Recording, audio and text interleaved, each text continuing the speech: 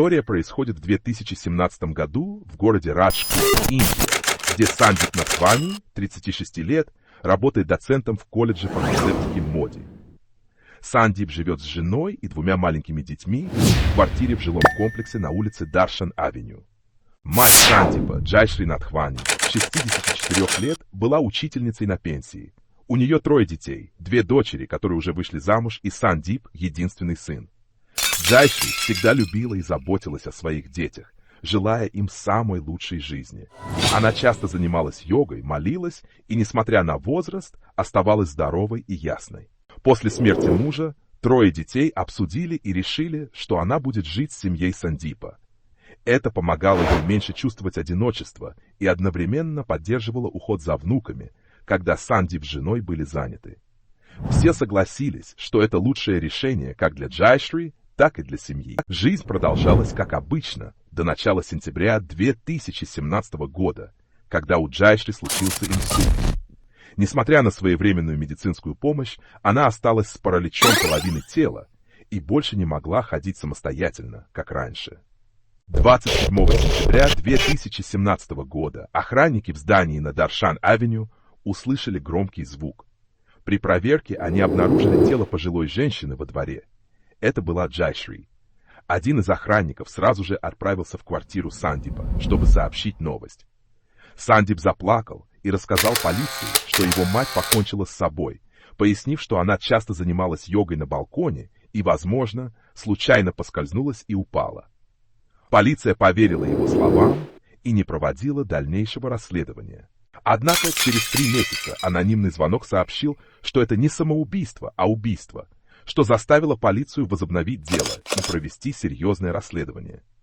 При проверке записи с камеры видеонаблюдения в здании они обнаружили ужасную правду. На записи было видно, как Сандип выводит Джайшри из квартиры.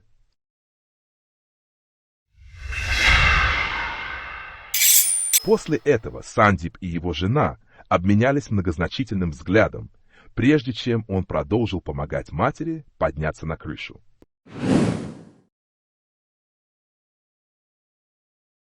Следует отметить, что Джайшри была слишком слабой, чтобы ходить самостоятельно, не говоря уже о том, чтобы подниматься по лестнице.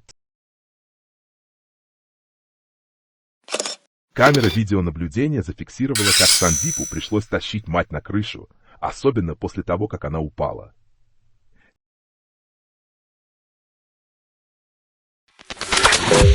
Вскоре Сандип спустился вниз один, выглядел робко. В это время камера показала, что никто больше не поднимался и не спускался на крышу.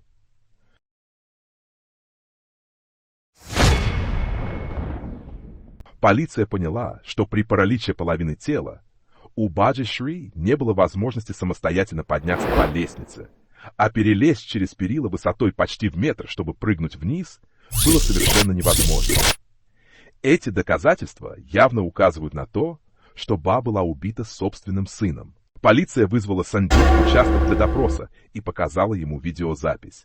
Под угрозой разоблачения Сандип немедленно изменил свои показания. Он признал, что поднял мать на крышу, но утверждал, что это было по ее просьбе, так как она хотела помолиться и позагорать.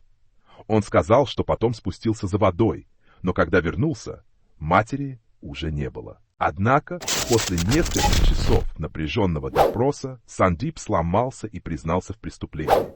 Он рассказал, что уход за матерью стал для него большим бременем. Мать не могла самостоятельно ухаживать за собой и нуждалась в помощи во всех делах, что часто вызывало ссоры и продолжительное напряжение между ним и его женой. Сандип винил свою мать во всех проблемах и верил, что если она умрет, его жизнь станет легче. В отчаянии он решил толкнуть мать с крыши 4-го этажа. Сандип был приговорен к пожизненному заключению без права на помилование. Дело завершилось печальным исходом, оставившим глубокий след в семье и обществе. Прощайте.